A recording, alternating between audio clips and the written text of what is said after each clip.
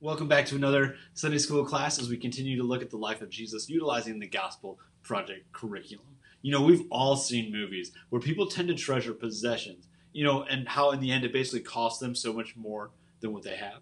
They lose relationships, they lose their possessions, they get stolen, their health. They're chasing after the wrong things in life. And too often, you and I chase after things that will not last. We talk a lot about how much someone is worth. Warren Buffett, Bill Gates, Donald Trump. And what that question really means is how much money does that person have? How many of us stop to think about what that question implies? Before Jesus launches into a parable about a rich man, he tells his listeners not to measure their worth by the abundance of their possessions.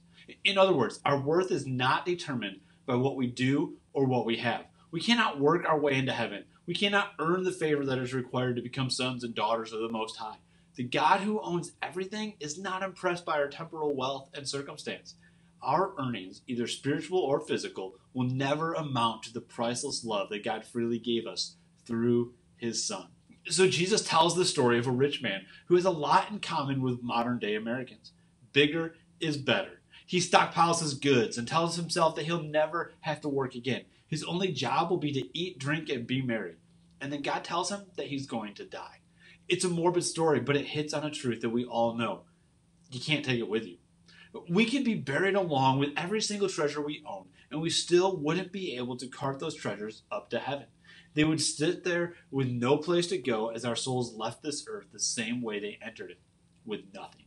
This becomes an issue when we begin to hoard our possessions for ourselves and our own glory instead of using them to advance God's glory and his kingdom.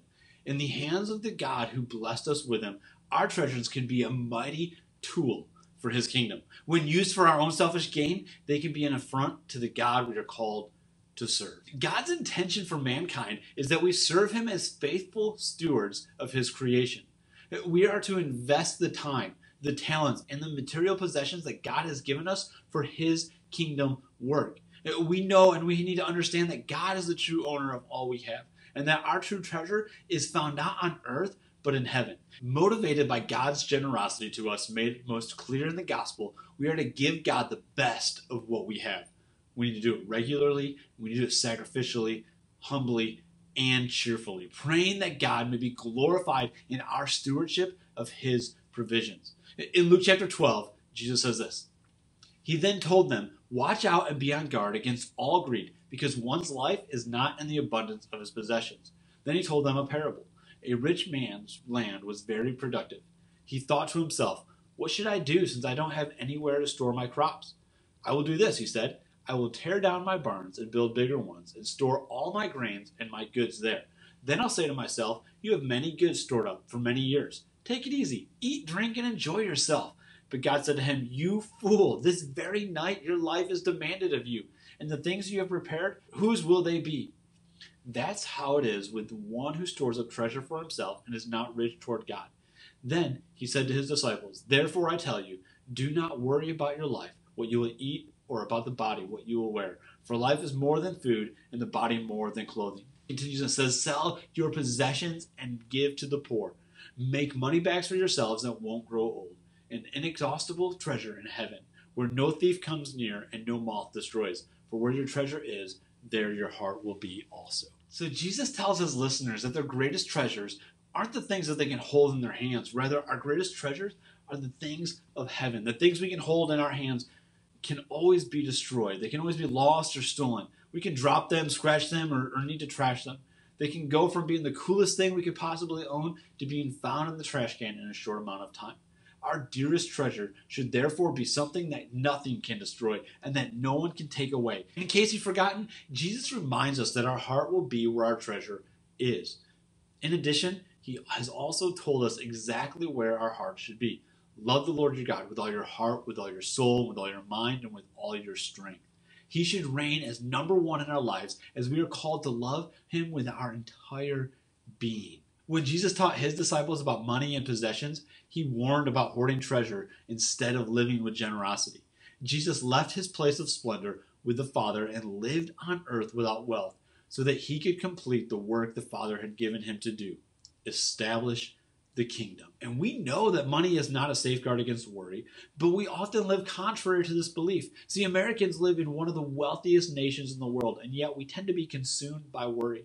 In fact, the more money we have, the more worried we are about how we're going to keep hold of it, manage it, or maximize it so that it can give us the things we want. In other words, the worry doesn't end with having money. In fact, just the opposite is true. Money tends to create more worry within us.